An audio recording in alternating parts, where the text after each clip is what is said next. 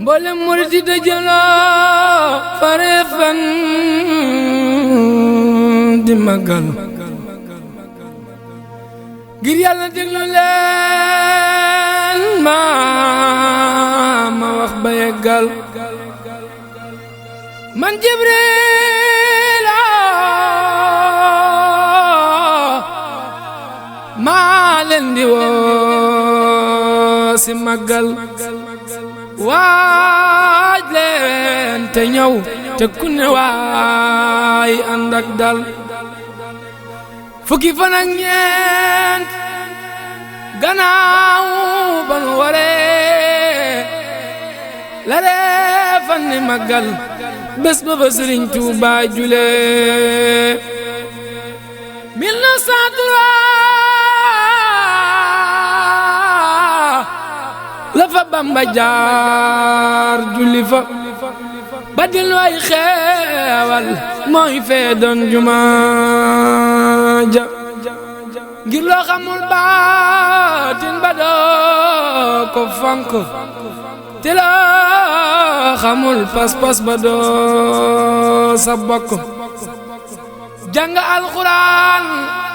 ak xasaayid ak bernde loolan fa woote lool la sëriñ bi digle bernde yaa ngi may lim baleen ma yéen waa Sinjaan dama leen di la biire man maay seenu jaam gëléem ak ginaar taamu naa leen si màggal gi nan leen saaba mu waw te moytu waale diw gi bu leen fàtti ñoom pom ananas ak guyaab banaan ak mango soo njarum bisaab bu nu demee ba guddi na ma waay buy jolli des buy diriir mu xadamaat yay jolli jalibatul maraaxib gaay nan koy durus tay sirak wa kaana xan loolo daqurus ndeysaan moytu leen lu yàq magal gi mooy lu amul njëriñ te mooy saayir si Sëriñ Bamba neena ku ñëw si man ngir ko mek saayir si ma jox la yaa sabaatin del si waaju magal guddi gi tudde kob noos suufeel na Yàlla ba malaaka yi ne ko nuus bu leen di fo si bis bu Yàlla magal waaju sa moy sa cere dan koy laggal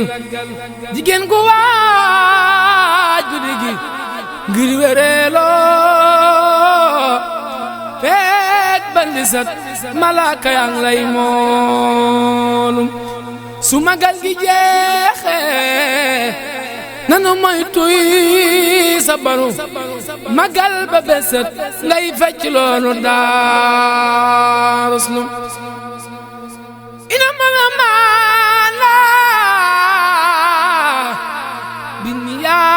binniyaati waniyati tabaruku bisadaati ndeysaan bu leen di fàtte almujaahidul akbar Seex Abdoulaye Faye Allahu akbar bu leen di fàtte imaam Seex Aliyun Jonn moonu daan jiite ci Yàlla man Sëriñ Jibril sung dem na ka gisoon Yonent ba Seex Abdoulaye Faye noon ko gis dem àjjana Yal na leen bur Yàlla yegga faale بسورة التوبة والأنفال